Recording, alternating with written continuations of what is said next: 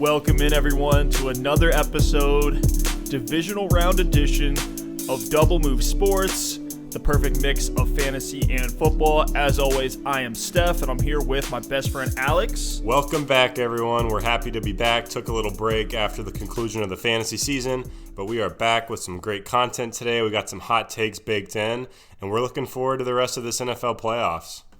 Yeah, we're going to hit a lot of topics here on the show today, talk about some of the coaching turnover over the last couple of weeks. Been some big news that broke, especially this week. We're recording today on Wednesday, and on Monday, 2 coaches were already hired, so a lot to talk about there. We're going to go through some of the playoff implications, what we saw for going forward, and what teams need to have their eyes peeled as they go into the championship round here in week 20, and then to the Super Bowl. It's an exciting playoff time. Now that the Patriots are out, it feels like this thing is officially wide open. Wouldn't you agree? Oh my goodness, yeah. I saw a stat today that said of the divisional round teams, only one is a repeat from last year. The Chiefs made it this far last year, and everyone else is new. So hopefully we're going to see some new teams in their conference championships and playing in the Super Bowl and get some fresh faces in there. A lot of deserving teams this year. It's going to be great.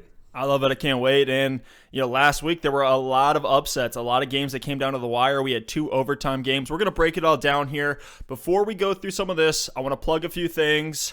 Of course, always follow us on Twitter at Double Move Sport. You can subscribe to us on YouTube. We put out film breakdowns there. We try to make it super simple and easy to digest. We call that the Fantasy Film Room. Go and check that out on YouTube. That's Double Move Sports as our channel there. And for the first time ever, officially on this show, we now have a website. That's right, doublemovesports.com. You can hop in there, see all of our content put together in one nice place. We're going to be doing a lot more with that site going forward. Just going to put out a foundational level basic website where we can start pointing some of our traffic to and correspondence with you guys. But one thing I want to mention on there, and we'll go ahead and turn this into a segment here, Alex, is we have our 2020 rankings. I know they're way too early. A lot is going to change from now to when the season starts. And in a lot of my rankings, I didn't even include, some of the free agent moves that are going to happen here. This is just based on, at the end of 2019, where I felt guys were at. And Alex, I'm sure you can speak to your rankings a little bit as well, but those are officially on our website. So go on there, check those out. If you have any hot takes that you want to give, anything, if you think we're dead wrong and you want to call us out, we're down to have some talks here. And I think we're going to have some here internally between Alex and myself. So Alex, anything to say about your rankings now that they're up and live and out in the world for everybody to see? Yeah, it was really fun to go through and rank some of these players. I know we'll talk about this a little bit on today's show, but some guys right now are really difficult to rank. There's dynasty players right now where your season never ends and you're trying to take gambles on certain players that might have some upside heading into next season. So yeah, it's a great resource. It's really good to have that home landing spot for all of our different socials, and that is our website, doublemovesports.com. And the great thing about these rankings, these are going to be live and updated until your 2020 draft. So those are on the site now. We have the really cool consensus ranking that really it evens out where me and Steph might have some differences on players. So yeah, it's going to be a great way to just track players as we move towards the draft. We'll bake rookies in there after the NFL draft, and I'm sure there will be some shakeups through free agency and just some minor tweaks along the way. But it's something we're really excited about. And we look forward to keep updating those and keeping them accurate throughout the offseason. Yeah, can't wait to see how things shake out. So let's talk about a few of those disagreements that we mentioned here. Let's go through a couple running backs and some wide receivers, as those are really the main ones that we disagreed on the most. And the first one I want to bring up is Damian Williams. I have him ranked in 2020 as the RB27, so kind of that fringe wide receiver 2, high-end wide receiver 3. Alex, you have him at 38th overall. Now, is that a little bit of projection in terms of, hey, somebody else new is going to come in, maybe Darwin Thompson's going to break out, or just some uncertainty in that backfield? Give me a little bit of an explanation of why you have Damian Williams so low. Yeah, that's exactly what it is. I think 27, your ranking at 27 is not bad if you just took the roster they have right now. It does look like LaShawn McCoy will leave. I can't see them re-signing him, but I just really think that they're going to bring in some help, whether it be in the draft or free agency. Damian Williams, had the opportunity going into this year. He did deal with some injuries, but he just didn't do enough, in my opinion, to lock down that job moving forward.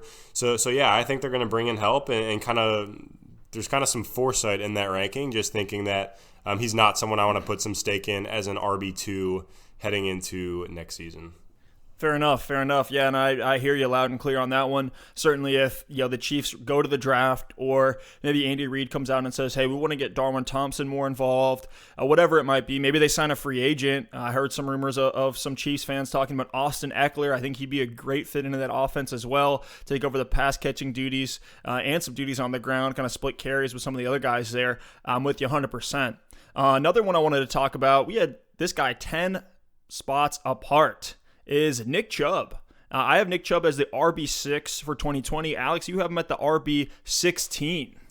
Yeah, Chubb, it was difficult to rank Chubb, and there's definitely some unpredictability in whether Kareem Hunt is going to be back with the Browns next season. Hunt is an unrestricted free agent, so I think if Hunt comes back, I'll likely leave Chubb somewhere in that ballpark. We did see the production, especially in the passing game, fall off a little bit when Hunt was back from his suspension. But I do think there's some opportunity for Chubb to move up in my rankings. And looking at it now, having him at 16, I probably do need to bump him up a couple spots. I forget that he was so quietly, because the Browns were so bad this year, almost the rushing champ. If Derrick Henry didn't go off for 200-plus yards in Week 17, then Nick Chubb would have been the rushing champ in the NFL. So I don't think I'm giving him enough credit at 16, but part of that ranking is Kareem Hunt's uncertain future. But to your point, Steph, I just think I could probably bump him up a couple spots, maybe to 12 or 13. Yeah, that's part of the fun of going back and forth on some of these rankings, is we're going to see opportunities where maybe we had a guy too high or too low, and that's why we have him out there, to create these discussion points where we can really dive deeper on some players. And when you have to defend your take, you start to see some of the reasonings, and actually will become more clear to you why you feel a certain way about a player. I think with the Browns, if they bring in any upgrade over Freddie Kitchens, any upgrade in the play calling, that offense is just going to get better. With Nick Chubb at the RB8 this year, like you said, very close to the rushing title, I see no reason why you shouldn't stay the same, if not go up a tad, unless the rest of the field takes a step up as well. So let's talk about some wide receivers here. Before we switch over to the wide receiver staff, speaking of defending takes, as you just alluded to when we were discussing Chubb, one take that I want to defend from my rankings is actually another running back, and it's Patrick Laird. Interesting. I know before the show we were talking, and you might bump him down in your ranks, but I don't have him ranked, and you had him ranked 33. I do expect you to move him down, but with Miami, Patrick Laird, I just don't think he's going to be featured at all next year. The Dolphins should improve, but he only averaged 2.7 yards per carry in his time. He was splitting carries even when he was getting some game time. So I think Miami is going to draft another running back this year, or they're going to sign help. There's no way they're going to go into next year with Patrick Laird and Myles Gaskin as their running backs. And one funny story about Patrick Laird, he actually has a great story, an undrafted rookie this past season. But in training camp last year, he was eating in the lunchroom, and he actually started talking to a couple of the interns, was just trying to make small talk, get to know him a little bit. And after they had talked about themselves, where they went to school, one of them actually asked Patrick Laird, so what do you do? They thought, what internship department are you in? And he's like, hey, buddy, I am on the team. I'm a running back. I might be an undrafted free agent, 5th on the depth chart, but they literally thought he was an intern. So throughout the season, the Dolphins players and coaches nicknamed him the intern, and I just don't see the intern getting a lot of time next year. So a great story. He was a walk-on in college and an undrafted rookie who made a little bit of an impact this year, but I just can't see that happening moving forward. Yeah, I saw some folks plugging him in down the stretch in fantasy lineups, especially in PPR lineups. He was serviceable, especially if you were desperate at RB2. Maybe you had Marlon Mack or David Johnson, needed to plug some holes there. I think that's more of what this ranking reflects. I'm definitely going to be moving him down, and as soon as Miami drafts a guy or signs somebody, I'll be taking Laird off of my rankings, because I don't think he'll be in that top 60, one that needs to be on our radar. Any other running backs that you want to bring up? No more running backs for me. If we are going to go ahead and move into wide receivers, I would like to go ahead and bring up Odell Beckham Jr. I know we might talk about him a little bit later as a guy who's tough to rank, but you have him ranked at 34. I have him ranked at 11. Steph, what can you tell me about your OBJ ranking? Yeah, so Odell Beckham, Yeah, I'm a Browns fan, obviously. You think I would have him very, very high, and I'm very high on Nick Chubb because I think he's a staple of that offense. There are a few things. One is I don't know what Odell Beckham's future is. It seemed towards the end of this season, and this may have been just media narratives that were popping up that had no actual concrete evidence in them, but Odell seemed pretty upset. He's a superstar wide receiver. He's a diva wide receiver, and he needs to be treated as such. And when he doesn't get his way, we see him pout a little bit, maybe get into a bad mindset. You see some of the body language towards the end of the season was a little bit rough. Now, anybody that they bring into that offense that is a better play caller than Freddie Kitchens or Todd Monken, if they bring Josh McDaniels, which is, we'll talk about some of the Browns coaching candidates here in a moment. For me, Odell Beckham, he was the wide receiver 25 this year, so not even a wide receiver 1 or 2. I probably do need to move him up. I mean, it's friggin' OBJ. I mean, he's one of the best. Many would argue just 2 years ago that he is the best wide receiver in the NFL. So yeah, I probably do need to move him up. I'm just so down on him from this year. What a lot of people don't know is actually in terms of targets on the season, Odell Beckham, I believe, is in like the top 5. Let me actually spot check this real quick. Yeah, so Odell Beckham was 12th this year amongst all wide receivers in the NFL in targets. That's what a lot of people don't know. I mean, he's right up there with Devontae Parker, who had a huge year. Cortland Sutton, who broke out a little bit behind Robert Woods, a guy who had a huge stretch of games. By targets alone, he should be a wide receiver 1 or 2. I don't know. It's just a little bit difficult. And yeah, like you said, Odell, really tough guy to evaluate this year. I think we'll know more once we know who the Browns head coach and GM is going into 2020. Now, looking at some other wide receivers here that we disagreed on in our rankings, one of the ones with one of the largest gaps and another really difficult guy to grade this year was Adam Thielen. With some of the injuries that he had in 2019, I feel like this ranking that you have, Alex, you have him at 25, so right where I had Odell, right outside that wide receiver 2 range, is Adam Thielen. Now that we see him healthy, he had a great game. I feel like no one's really talking about Adam Thielen in that game against the Saints. He was fantastic, but tell me why you have him as low as you do. Adam Thielen, he is another guy that's difficult to rank, and as you talk, I just think about 2 seasons ago when through 8 or 9 games, he was on pace to break that single season catch record. He was absolutely on a tear. The back half of that season, though, 2 years ago in fantasy playoff time, really left a bad taste in owners' mouths heading into this year. But he was still drafted very high and had a lot of expectations. But then going into this season, the injuries were a concern. We saw the Vikings take a stance where they're going to be an extremely run-heavy offense. And there's 2 big mouths to feed there in Thielen and Diggs. And Thielen did prove that he is healthy again. He had a great game in the playoffs, and that definitely instilled some confidence in me and what I think of him for next season. I might move him up a spot or 2, but I don't think he's quite in my top 20 yet, but I might bump him up a little bit closer. There's just some young guys that I'm really excited about, the Devontae Parkers of the world, the A.J. Browns of the world, guys that broke out at the back half of the season and I think might be kind of taking over at the wide receiver spot. So I think you're right. I think Thielen, I probably do have a little bit too low, but there's a lot of high upside guys that I'm just not willing to move him in front of right now. Hey, I hear you loud and clear with that one. I mean, Thielen, this looks like his first real full healthy game back. He caught 7 of 9 targets for 129 yards. So you like that there. That's kind of back to that level that we saw him at earlier last season when he was hitting 100 receiving yards a game. So yeah, I'm with you. I think he is back. I have him as the wide receiver 14, and to some of those points that you made, I do think I might need to bring him down just a little bit.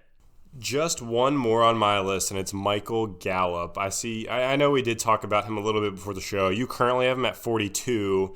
I have him. Yeah, that's way too low. I'm definitely going to be moving him up. I have him at 21. He was the wide receiver 17 this season based on points per game. And with Amari Cooper's uncertain future, Michael Gallup could be. There is a realistic possibility that Michael Gallup becomes the wide receiver 1 in an offense that was second in passing yards this past season. So even with Amari Cooper there, I think Gallup still has top 24 value for sure. If Amari Cooper ends up leaving, he's probably a guy that's going to move up into my top 16 range at the wide receiver spot. Absolutely. I love Michael Gallup. I will 100% be moving him into wide receiver 2 range. Just some of the way that things broke out, and this is part of the hard part of rankings, is when you move somebody down, you got to move a bunch of guys up and vice versa. So, you can literally stare at your rankings all day long and continually make adjustments. That's definitely one that I need to change. I believe Michael Gallup is due for a breakout year, especially if Cooper does not get re-signed. He ticks all the boxes. He saw a huge uptick in targets this year. We saw Dak really rely on his arm, which was a huge benefit to Gallup. And he weighs over 200 pounds. He's had one of the highest in air yards this season. So absolutely, I'm in on Michael Gallup. I think he could be due for a huge breakout in 2020. Now, moving away from the rankings here, let's get into recapping some of the games from Wild Card Weekend. There's a lot to take away here. One of the things we'll try to hit on in every game is what is the takeaway for the losing team. Since we'll have plenty of time as we're talking about the divisional round games coming up, we'll talk more about those teams. But let's talk about some of the losing teams, some of the takeaways from that game, things that you did or didn't like from those offenses and defenses. Alex, I'll have you go first in talking about the Bills at the Texans. It was an overtime loss for the Bills. Came down to the wire, and that last 5 minutes was just so sloppy. This game was was a heart attack. I was watching this game with a Bills fan, and he was losing his mind. At halftime, he said, we're up 16-0, and I'm talking about going and playing on the road in the next round, and before you know it, boom, the Texans are back in the game. So on the Bills side, I think this was more of the Bills losing the game. I mean, the Texans, I don't want to take anything away from them. They had a great comeback in this game. It was at home. J.J. Watt definitely gave them a lift, and it's nothing to be looked down upon. But the Bills, they kicked 4 field goals, and if you're in a playoff game on the road in Houston, which is an offense that can score, you've got to capitalize on some touchdowns. So that's the biggest takeaway for me. The Bills just couldn't get into the end zone in this game, and Josh Allen, we definitely saw some mistakes as a young player in this game. There was the one play where he broke out for a huge run, and it looked like he tried to lateral the ball to a guy when there was absolutely no need to do so. Just some mind-boggling stuff that Josh Allen did, but I think this Bills team has some potential. With Josh Allen at QB, he took some huge strides forward this season. Singletary looks like the real deal. John Brown and Cole Beasley were great signings. I think they might need a wide receiver one, but the Bills have a really bright future. And then on the Texans side, I think it was a good comeback. Quite frankly, I don't think the Texans have much of a shot against Kansas City. I know we're going to talk about that game a little bit later, but it really looks like they lack an identity as a team. There's just not a lot to get excited about. Their offense is sporadic. Their run game doesn't have much going for it. Their defense is letting teams drive all over them. I know in this game they were able to hold the Bills to those field goals, but the Bills were getting a ton of yards in this game, and if I'm the Texans fan, I'm a bit worried. I think they still are a couple pieces away from being contenders in the AFC. Yeah, if I have to watch Deshaun Watson scramble out, run all the way to the sideline for a 1-yard gain one more time, I think I'm going to freak out a little bit. But no, I mean, there was a lot of encouraging takeaways, I think, on both sides of the ball. I saw some people on Twitter roasting Josh Allen, and I don't think any of roasting for him is deserved. He took huge strides this season. If I'm a Bills fan, I feel very confident plugging him in for next year and going forward, really making him our franchise guy. He's prone to mistakes. We knew that coming in. He showed a lot of that in his rookie season, and we saw, he finally got on a big stage and the lights were on, and he did make some mistakes, but that's part of the game. That's part of becoming a great football player, is you have to go through some of those down times and difficult times and learn from those mistakes. One thing I really did like from the Bills as a fantasy takeaway was just how good Devin Singletary looked. I mean, he had 6 for 76 through the air. On the ground, he had 13 attempts for 58 yards. Overall, I think very positive. I love the way they're using him, kind of in that, what we saw from the Rams the year they went to the Super Bowl, which is, those checkdowns, those design screenplays, that kind of the Todd Gurley epitome play. They were running those for Devin Singletary and getting a lot of mileage out of that. So I liked that a lot, and I will be eyeing Singletary in 2020 drafts. But overall, good one for the Texans. Good luck to the Bills going forward. This will be an interesting offseason for them to kind of shore up some of the holes that they had. I thought their defense may have underperformed just a tad, but then again, the Texans are one of the best. Let's talk about the big upset, the one that everyone's probably talking about, which is the Titans coming into Foxborough and upsetting the Patriots. I had the game on my phone for some reason at whatever bar we were at. Did not have the game on, so I pulled it up and had a whole crowd. They need to go out of business. Wow. I know, it was a travesty. So I had the game up and had the whole bar kind of gathered around watching this game, come down to the wire, screaming and jumping up and down. It was just a heck of a game. So fun to watch. I thought it was a Mike Vrabel statement game. He's built to be a head coach. Alex, what were your takeaways?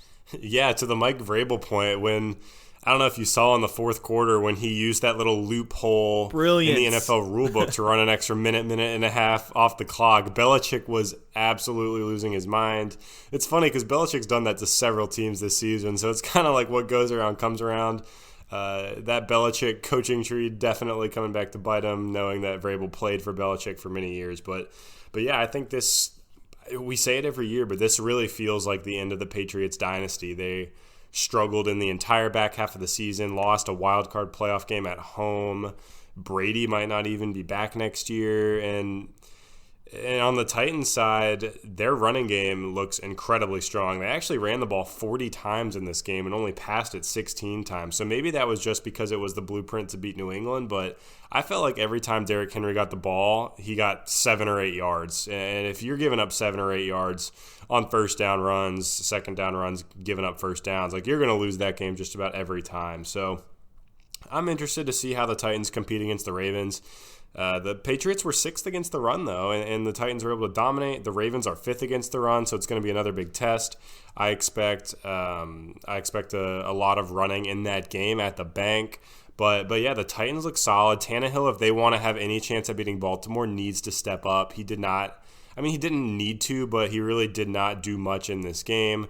And then on the Pats side, Stef, I don't really know who their quarterback is going to be next season. Do you have any idea? Yeah, I'm not reading into the Brady narratives quite yet. I think the Pats upgrade some of their wide receivers, and Belichick figures out this run game for them. I'm not buying into the Brady narratives. He's just too ingrained into the Patriots franchise. Until there's something serious on the table, we haven't even heard of any teams, super interested to him. Obviously, he was still playing up until last week, so maybe that's just not the right timing for that. But no, I'm not. I'm going to withhold some of those projections on where Brady's going to go or what his future is. But one takeaway I did have from the Pats, and it's a guy that I think deserves a lot of credit and will probably be a head coach next year, if not the year after, as long as their defense keeps on holding, which is Steve Belichick. Their offense, we saw them kind of get exposed in this game and kind of all season long. We saw them lose whenever they would face these explosive offenses. They lost to the Texans. They lost to the Ravens. They lost to the Chiefs this year. And I think that's more of a testament to how much their offense struggled because their defense was keeping them in games. They're one of the worst matchups. If I'm one of their opponents, I do not want to play the Patriots defense for my offense, no matter who it was. So we saw like their defense kind of got them to where they were in the year. They had a really easy schedule up front, and all those things that we thought and the narratives that were made turned out, I think, being correct. But a lot of credit to that defense. Was really the anchor of the entire Patriots this year. Let's talk about another game that went into overtime.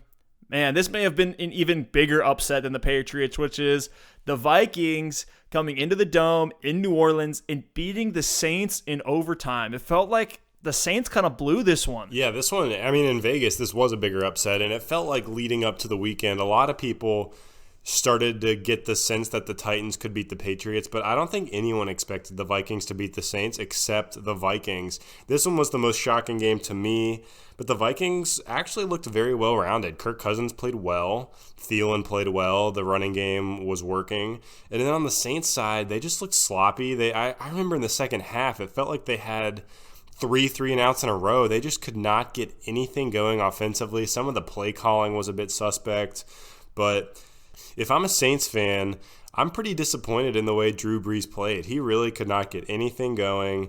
And if I'm a Saints fan, I might be considering switching allegiances because their last 3 seasons have just been absolutely brutal. 3 seasons ago was the Minneapolis Miracle.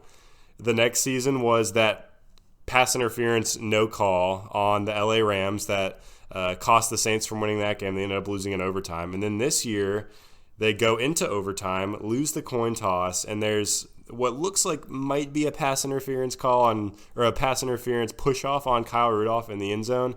No call, and the Saints lose again. So they have gotten their heart tripped out 3 seasons in a row. I think Breeze will stick around another year or two, but I'm really disappointed in him.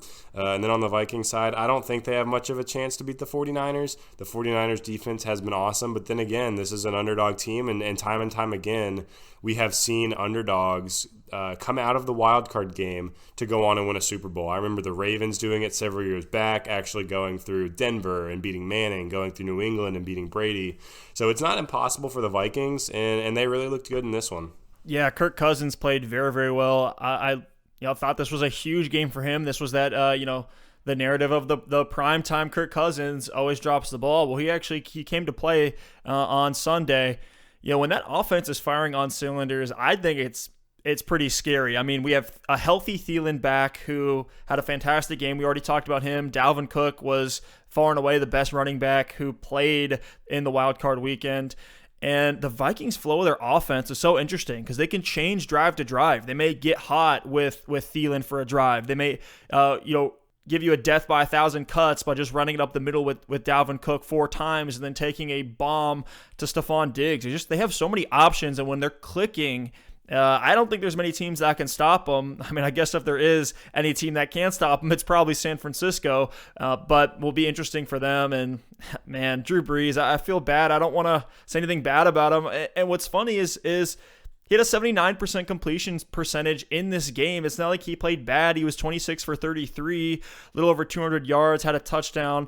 And it's just showing that these days you need a little bit more firepower to be one of these elite quarterbacks, a playoff winning quarterback. You got to have that explosive element that we see from Mahomes, Lamar Jackson, and Deshaun Watson. Even Aaron Rodgers still has some of that. It just felt like where was kind of the explosiveness on that offense, especially through the air. And when Michael Thomas is in double coverage every single time when you drop back, there's got to be other options there. So if I'm the Saints, I'm giving Breeze, one more kind of final lap. We'll try to get there 1 or 2 more times, and then let him go and move on. Let him retire in New Orleans. He's just been such a saint for that team for so long and in that city. So let him retire a legend, move on. And let's talk about the last game here. This one, there's really not too much to say about it. I think it kind of went how everybody expected.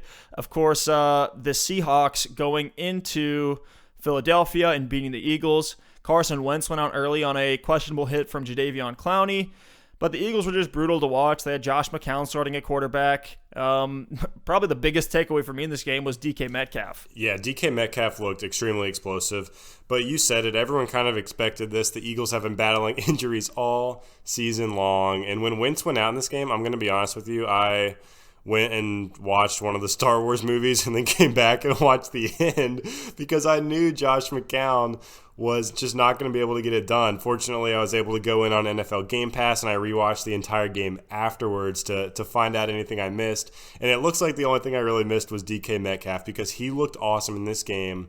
Part of it, maybe it's the Eagles secondary, but DK Metcalf just looked like a true wide receiver 1. He looked like he had a little bit of A.J. Brown in him, kind of that big, explosive body type, doing more than just running go routes down the field. So for me, I feel bad for the Eagles. I kind of question whether Carson Wentz is their future, honestly, just because he's been so injury prone. I have no doubt that he can get it done when he's healthy, but he's got to stay healthy for them to have any chance, and I just don't know if he's going to be able to do it. But yeah, I think the Seahawks actually have a decent shot here this weekend. We'll get into this weekend's games here in a moment, but Seattle looked pretty solid. I know they only won by 8 points against a 40-year-old backup quarterback, but we know they've got Russell Wilson, who's got the experience to get him there. Marshawn Lynch is back.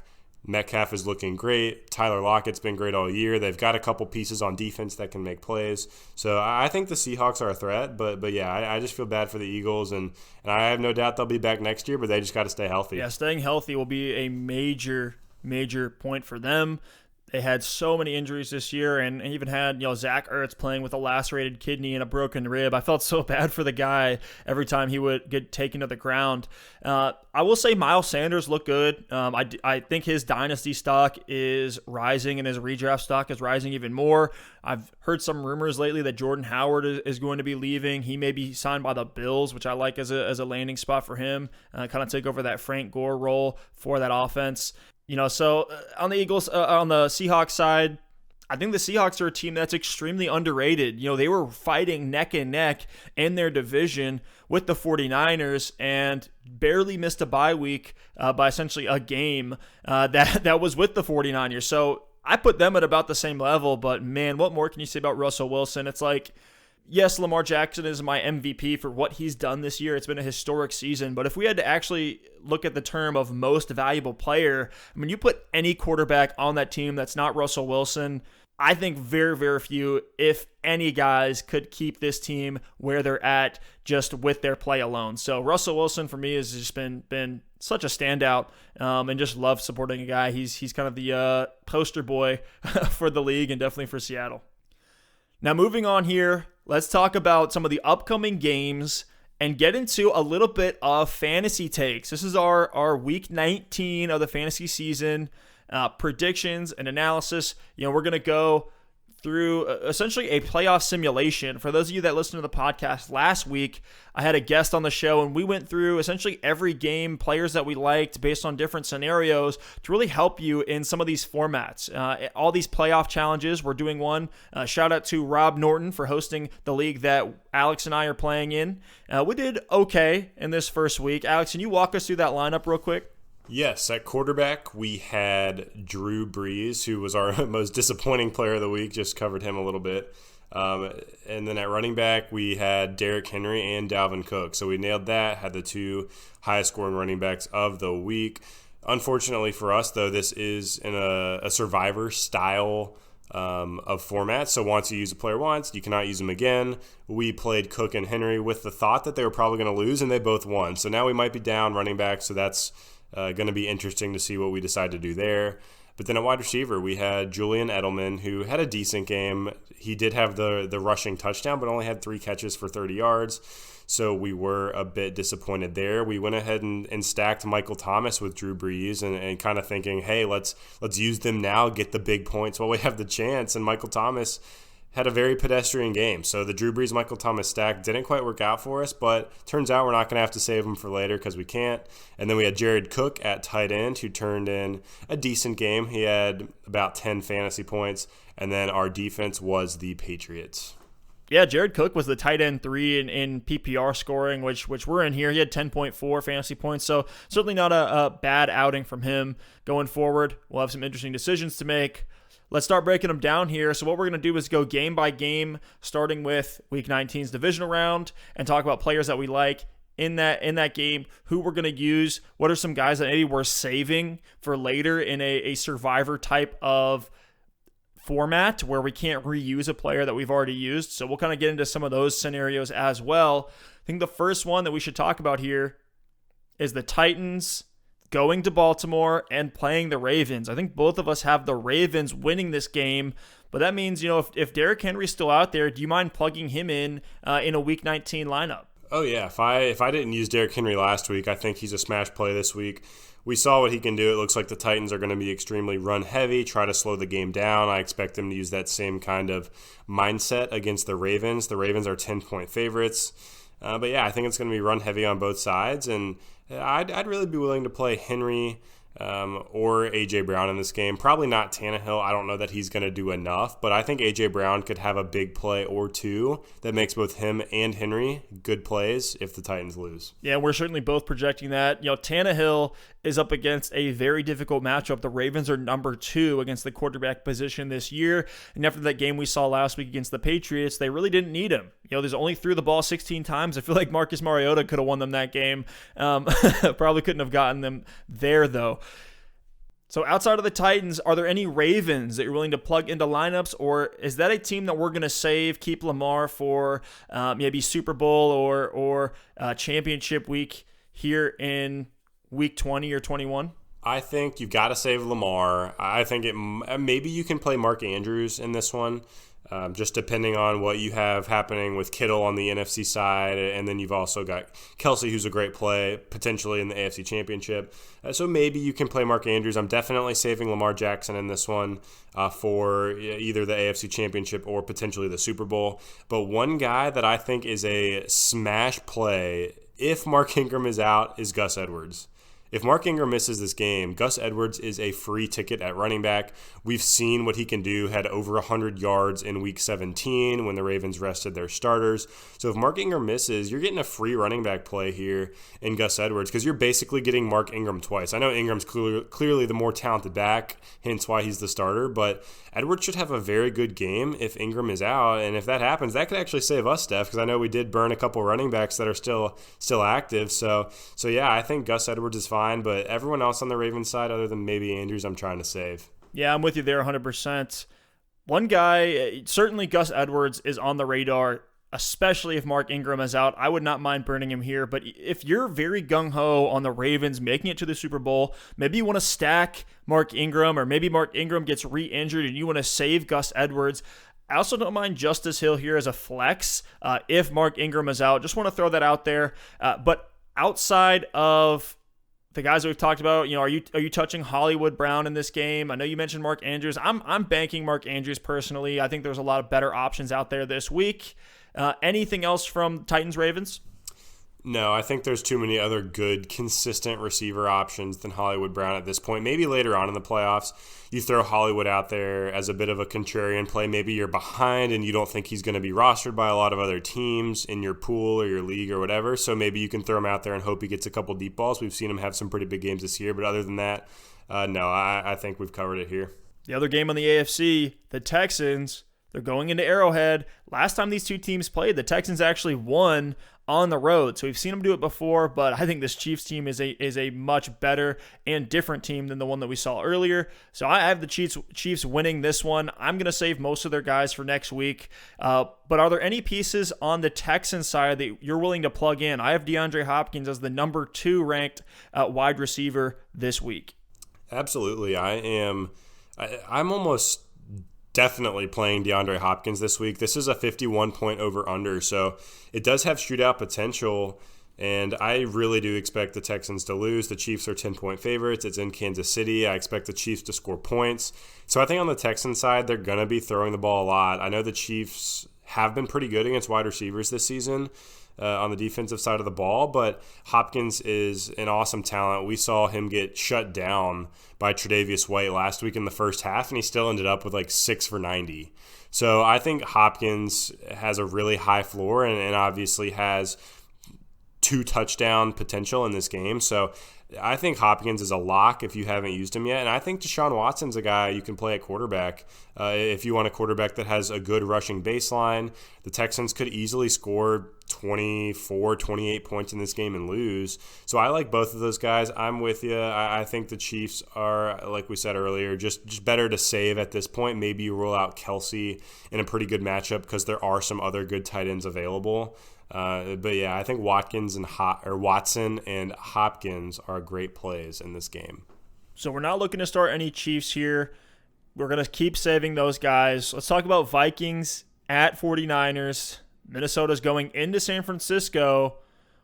I think we're going to bank the 49ers here. So what Vikings guys are you starting? I love Thielen this week. I really like Diggs as a DFS play or maybe a flex. I also like Deebo Samuel, but I'm going to save him. Who are you starting on the Viking side of the ball in a survivor pool type of format? If I didn't play Cook last week, you got to play Dalvin Cook.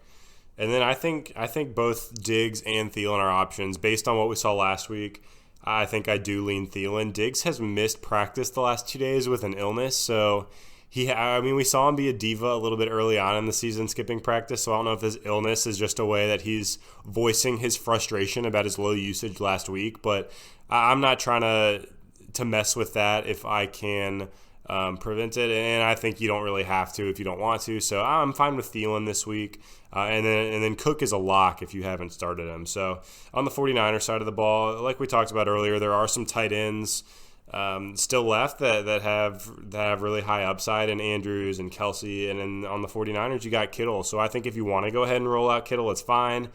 But other than that, I'm with you. I'm trying to save the 49ers for a little bit later on. Now the last game in this Week 19 round, this is the one that everybody's talking about, and one I have circled as a potential upset here. The Seattle Seahawks going into Green Bay. Seahawks kind of had a soft matchup, or like a pseudo bye week before they played the Packers here, just beating up on the Eagles. I'm starting Aaron Jones. He's like an anchor to me this week. No question, I'm putting Aaron Jones into my running back spot. If he puts up monster numbers this week and then he's out, I want to make sure I get those points before he's gone. So I'm kind of taking Aaron Jones on the principle of opportunity cost. The Seahawks are 20th against running backs in fantasy, so I like the matchup as well. I think there'll be plenty of goal line work. I think this game will come down to the wire, but I do think the Seahawks will take it. Alex, who do you have in this game, and what players do you like in a fantasy lineup? I originally actually had the Packers to go to the Super Bowl, but the more I looked at last week's game and watched back some of the film, and then looked at some of the games to close out the season and just how these teams are trending and how they like to play and things like that, I actually switched my take, and I have the Seahawks winning this one.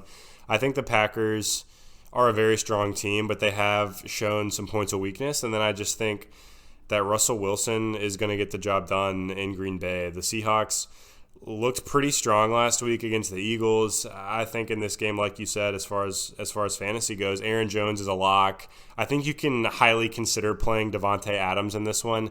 I'm not as confident in Seattle winning as I am in any of the other games, quite frankly. So maybe you save Adams for just in case if the Packers win. I think it's going to be a good game. Vegas actually has the Packers favored by 4 points. So I think Adams is an option. And on the Seahawks side of the ball, I'm probably staying away from their running backs right now, but I think you can play either Lockett or Metcalf. And the upside there is Lockett and Metcalf have kind of been like a 1A, 1B type of situation for the back half of the season. And then the game last week, we saw Metcalf break out. But you can pick one of those guys and hope you pick the right one this week. And then if the Seahawks do win, you have another one to play next week. So that's kind of how I'm looking at this game. But I'm with you, Steph. I have the Seahawks to win, and I think there's several really good options in this game from a fantasy perspective. So we've gone through all the games. Let's go through that lineup real quick from Week 19, who we like. So at quarterback, we like Deshaun Watson. And I'll throw Russell Wilson out there. I know I didn't mention him just a second ago when we were talking about the Seahawks, but that's another one. If you're feeling very confident about the Packers winning this game, I don't have the spread pulled up right here. How much are the Packers favored? They're favored by 4 points, and it's a 46.5 over-under. Yeah, so a pretty close game there. I'm okay with Russell Wilson this week if you want to use him. On the flip side of that, you could do Aaron Rodgers, but I do think he is a bit of a trap. Alex, who are you taking at quarterback between Watson or Wilson? I like Deshaun Watson. Okay, so we're rolling him out. Running back, we said Aaron Jones. At running back 2, we could do Gus Edwards. I don't mind Marshawn Lynch as well if you feel like the Seahawks are going to lose this one. Other options at RB2 would be Justice Hill. It feels like pretty limited at running back here if you've already used Cook and Henry. Any others that you want to mention?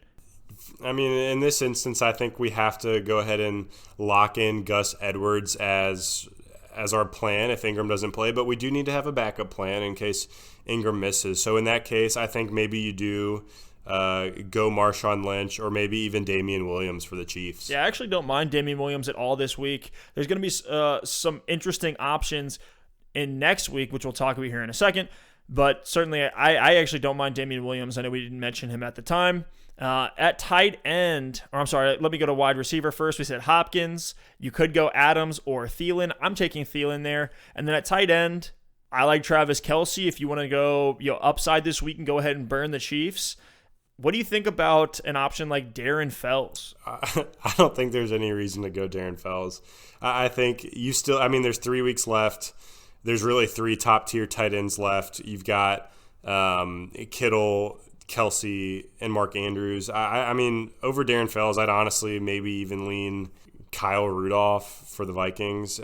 I'm trying to stay away. I'm trying to plan this area. Maybe even Jacob Hollister for the Seahawks. I just think there's too many options to go for a guy like Fells. He's probably 5 or 6 on my list. Just don't need that many guys at this point. So I actually like George Kittle this week at tight end. I think that the 49ers are going to have to air it out a little bit against the Vikings. The Vikings have been much better against the run than the pass this year, and I think it's a great week to use Kittle. If not Kittle, probably Kelsey, but Steph, what do you think? Who should we go with? Yeah, I'm leaning Kelsey on this one. I'm just so confident that the 49ers are going to be moving on that I want to save Kittle for one more week and hedge a little bit more later on. I threw Felsa there because he has one of the best matchups, if not the best matchup amongst all tight ends in the Chiefs, who are 26th against the tight end position.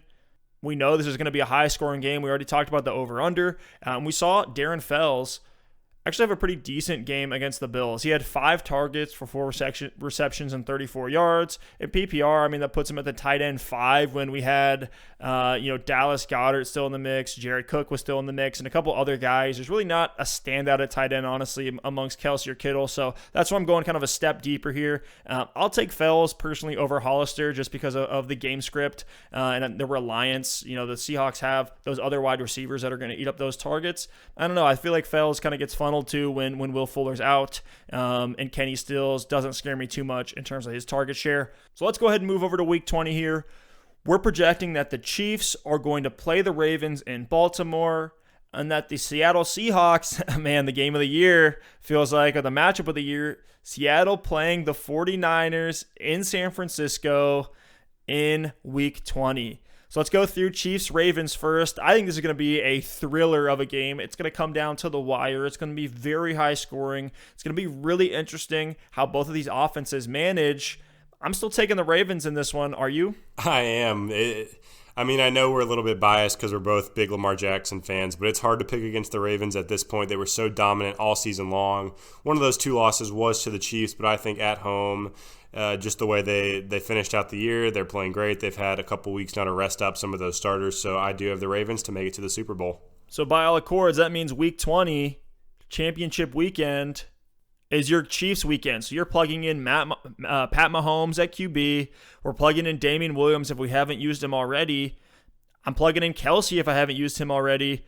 What do you see in Tyreek Hill in week 20? Week 20, I would love to stack Patrick Mahomes and Tyreek Hill. I think even if they do lose to the Ravens, that there's always the shot that Patrick Mahomes throws, 2 deep balls to Tyreek Hill. He's clearly the number 1 receiver there, has the deep ball potential, has the upside. So I love it. I think even if they lose, then they're always going to put up points. That could be a very high-scoring game. The Ravens were the highest-scoring team in the league this year. We all know what the Chiefs can do. So, yeah, Patrick Mahomes and Tyreek Hill are locks for me in this one.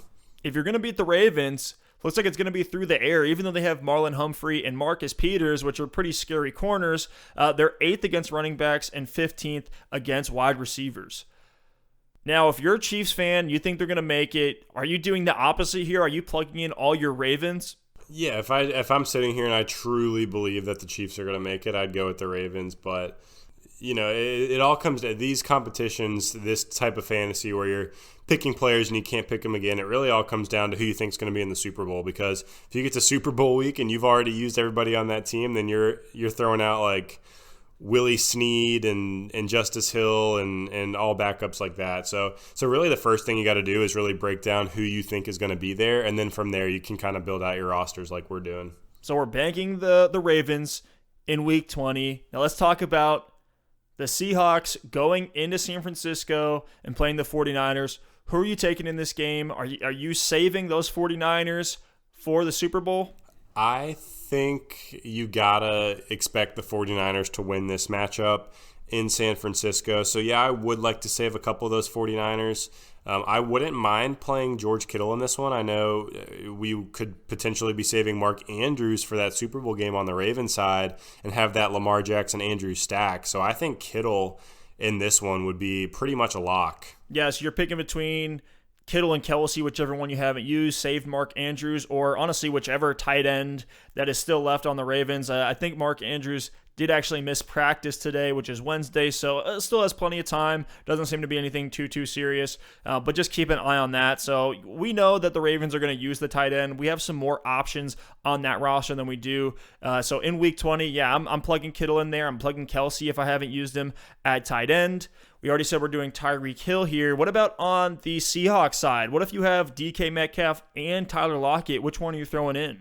I actually lean Tyler Lockett here. He's just been the number one receiver for a bigger chunk of the year. I know DK Metcalf has the breakout potential, but we've seen it from Tyler Lockett as well. He's got a really good rapport with Russell Wilson for several seasons now. So I actually don't mind throwing in Lockett here, and then if the Seahawks do pull the upset, you have DK Metcalf to use in the Super Bowl. So like I said about the Seahawks last round, the great thing about their receivers are it's kind of a 1A, 1B type situation. So you just pick your guy this week, and then if they do pull out the win, you have the other one for the next week. So I would lock in Tyler Lockett, and then at running back, I think we've got to consider Marshawn Lynch here. We're kind of out of options, and I know we'd be saving Ingram for the Super Bowl and potentially Raheem Mostert, so I think Lynch is a lock here as well. I hear you there. Yeah, we're taking Ravens 49ers in that Super Bowl, so going to try to bank those players. Let's kind of go through it one more time and recap. So at quarterback, we love Pat Mahomes. Certainly, if you think that the Chiefs are going to be in the Super Bowl, then you could throw in Lamar Jackson here. Outside of that, at running back, we have Aaron Jones if you haven't used him. Marshawn Lynch, if you haven't. So one guy we didn't mention, Damian Williams. If you didn't use him in Week 19, I love throwing Damian Williams in against the Ravens in Week 20. Would you agree? Yes, absolutely. I would not have a problem rolling out Damian Williams. So Aaron Jones, Damian Williams, Marshawn Lynch. Well, Aaron Jones will be. If we used Aaron Jones in 19, here in 20, we'd use Damian Williams and Marshawn Lynch, I would assume. Yes. And if we're wrong somehow, miraculously, if we are wrong, then I got you. Then Aaron Jones would be my top pick there. But yeah, you're exactly right. Going to wide receiver, we said Tyreek Hill was a lock for Week 20. Wide receiver 2, you could take your pick between whoever's available between DK and Lockett. I also don't mind Hollywood Brown as a flex, as a DFS play, if you do think that the Chiefs, because what I think is that the Ravens are going to need Hollywood Brown in this game. This is going to be a very explosive game with two huge offenses. The last time they played, Hollywood Brown showed out, so you could look to him as an option. Are you looking any deeper at any of these positions? You feel pretty good about that lineup there? No need to overthink it. I think we've got what we need there, and then moving on to the Super Bowl, that would give us the Ravens and 49ers, and we'd still have plenty of players left. So I don't think there's any need to kind of overanalyze. You just got to go with your guys, and I think we've got it nailed down, assuming that some of these games go the way we think they're going to. So Week 21, for all the marbles here, we're probably taking Jimmy G. If Lamar Jackson's still there and you haven't used him yet, by all means, you got to be plugging him in this week. I actually like Lamar as a Week 19 or a Week 20 play just to make sure that you get those points. And then at running back, you are plugging in Mark Ingram. You're plugging in Raheem Mostert. If there happen to be any issues or changes in that backfield, you can plug in Matt Breida, Tevin Coleman, depending on how things are going and what things are looking like. I'm going to still assume Mostert there. And then a wide receiver, you're just taking, whoever's left. So Emmanuel Sanders, Deebo Samuel, Hollywood Brown. I'll probably already have used Deebo Samuel by the time we get to the Super Bowl. I think he's one to keep an eye on in all of these matchups. I really like him in Week 19 this week when they play Minnesota. But if he's still there, certainly plug him in. And then your tight end, probably going to be Mark Andrews. We liked Kittle so much in all these other matchups that you're plugging in him there, no question.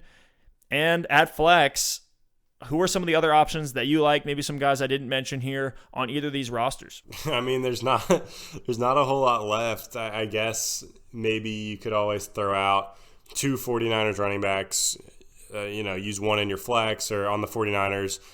Bourne has had several good games at receiver where he's caught some touchdowns and things like that. So at that point, you're kind of splitting hairs, just going with an upside guy. But like you said, at this point, you're going with whatever's left. You might end up having to take a guy who's a backup or whatever, but hopefully you've timed it and kind of played your cards accordingly to where you can get all wide receiver 1s or wide receiver 2s in your lineup. What's nice about both backfields is if, for example, you did use Mark Ingram or you did use Raheem Mostert already, is both of them have a couple different options. You could throw in Gus Edwards. You could throw in Justice Hill if it looks like he's getting a decent amount of playing time.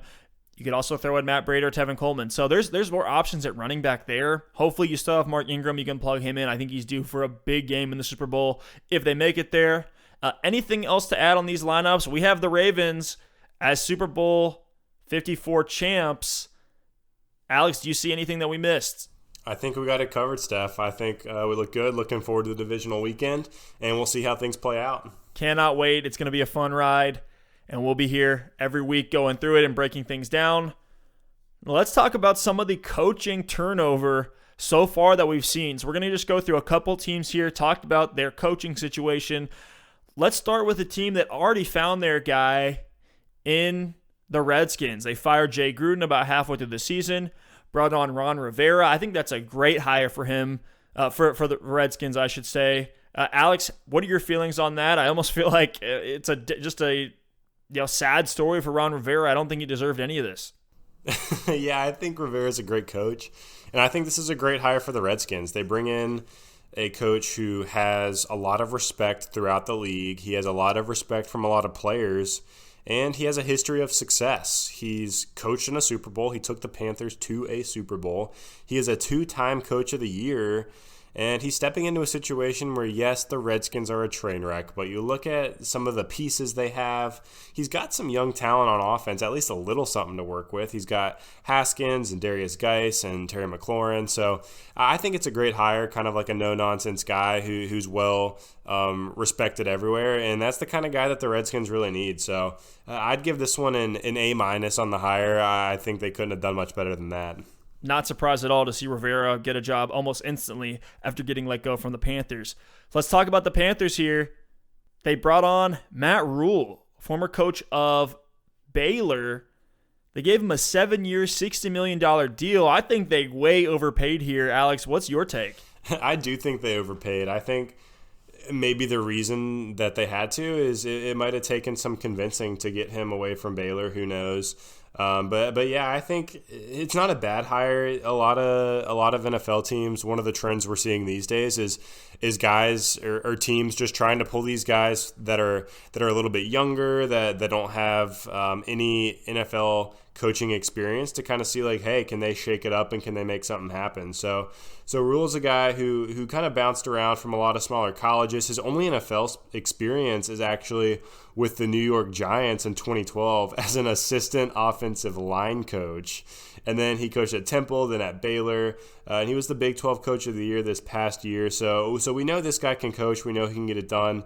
But sometimes we do see some trouble with coaches making that jump from college to the pro. So it's going to be really interesting to see what he can do. But yeah, I think they overpaid, and this one I'm not really as sure about. So I'll give it a C+. The way I see this one going is, David Tepper fell in love with Matt Rule the second they met, and he said, hey, this is our guy. I read some reports that were saying how these guys see eye to eye in terms of their philosophy. The one that Tepper wants, that he wants to bring over from the Steelers, which he used to be an owner of before buying the Panthers, which is old school discipline, old school work ethic with new school science and analytics brought into the game. And I think one thing that I saw was Matt Rule wants to create a science or analytics division within that organization. I think that's something that Tepper loved and just went all in on. Certainly, they wanted to make sure they got their guy. I know the Giants were absolutely shocked. Rule called them up and said, hey, I just got offered 7 years, $60 million from the Panthers, and they said, okay, well, we can't match that. So I think Tepper really wanted to just make sure he got his guy. I like Matt Rule. I hope it pays off for them. But certainly, I don't feel comfortable giving $60 million to a guy who hasn't coached much in the NFL and doesn't have a ton of experience there. But we'll see. It feels like everybody's trying to find that next, Sean McVay to plug into their organization. Yeah, and one more thing about Rule. I got his coaching record pulled up now, and it's actually quite impressive. When he took over in the NCAA, he took over at Temple in 2013. The first year with Temple, they were 2-10, so it shows you what kind of program he took over. He went from 2-10 to 6-6. and then he went 10-4, and then 10-3. So really big improvement and turnaround there.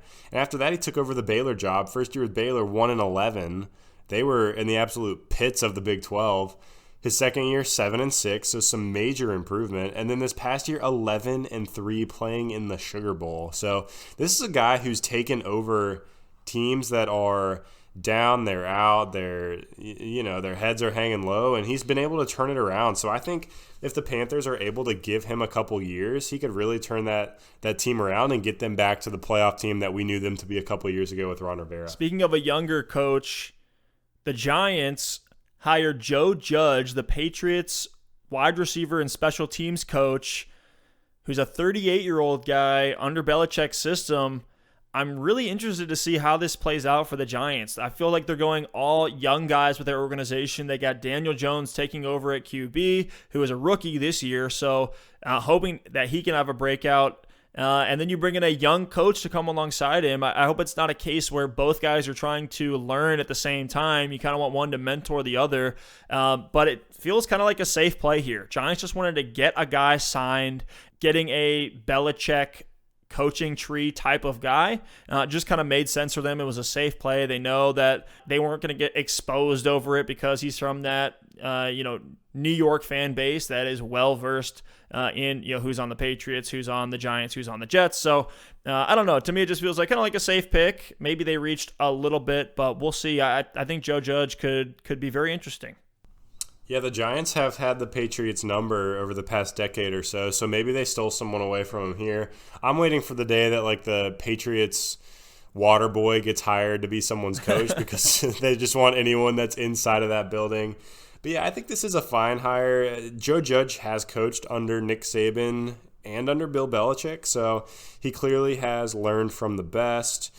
I don't mind it with a young rebuilding team. Daniel Jones at quarterback, Saquon Barkley at running back. The receivers are young with Sterling Shepard, and then we saw Darius Slayton have a really big into his season. So I don't mind picking up the young coach like you alluded to there. They're actually interviewing Jason Garrett, I heard, for their offensive coordinator. So it does extend that Belichick coaching tree. He'll add to Mike Vrabel, Flores, Patricia, and now Judge. So yeah, Belichick is continuing to just crank out head coaches who always seem to play the Patriots pretty well. So it's going to be interesting as the Patriots dynasty kind of it seems like it is coming to an end. It's going to be interesting to see all of these Belichick coaches throughout the league and how they're able to size up against them.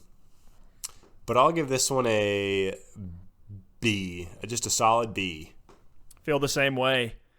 Now let's talk about the dumpster fire that was my Cleveland Browns. We fired Freddie Kitchens, and now it seems like we're just interviewing everyone and their mother to join this team. We're interviewing the Chiefs offensive coordinator. We're interviewing Josh McDaniels. We interviewed Rivera, I believe. We interviewed Matt Rule. A lot of names thrown out there. Urban Meyer, Lincoln Riley, a couple big names that came out of nowhere. Mike McCarthy was brought up for a little bit. Seems like the Browns are just, casting the net as wide as they possibly can.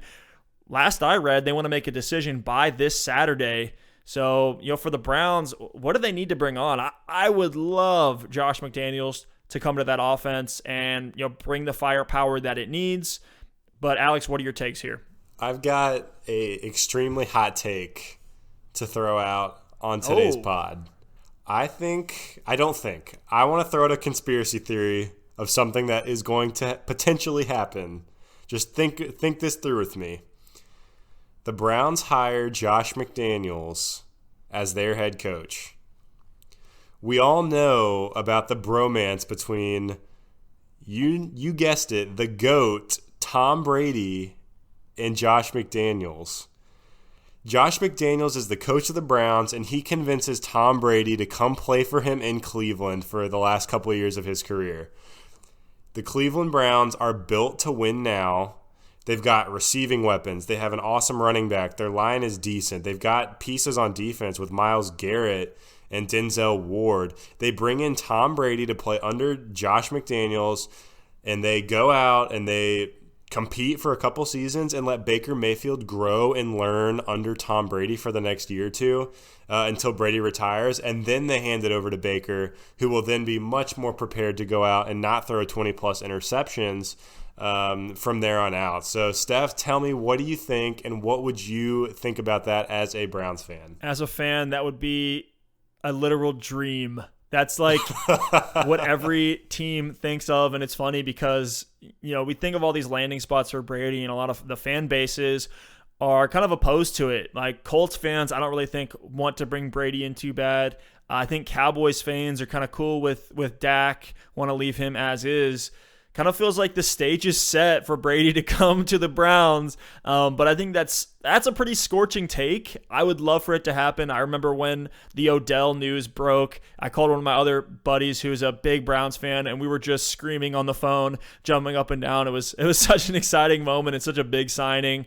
It'll be interesting to see. One thing that the Browns did say is, they want to give their head coach some say in who they bring on as their GM, letting John Dorsey go. So I feel like from day one, that GM head coach relationship is going to be a good one, kind of going the opposite way that we saw with Dorsey and Kitchens. It just kind of seemed like Dorsey wanted his guy, a guy that he could kind of boss around a little bit, at least from an outsider perspective. So, I mean, I would love if that would happen. I would feel bad for Baker. Maybe he gets used in a Taysom Hill type of role. I still want to see him out there on the field, just because I'm a Baker homer for some ungodly reason.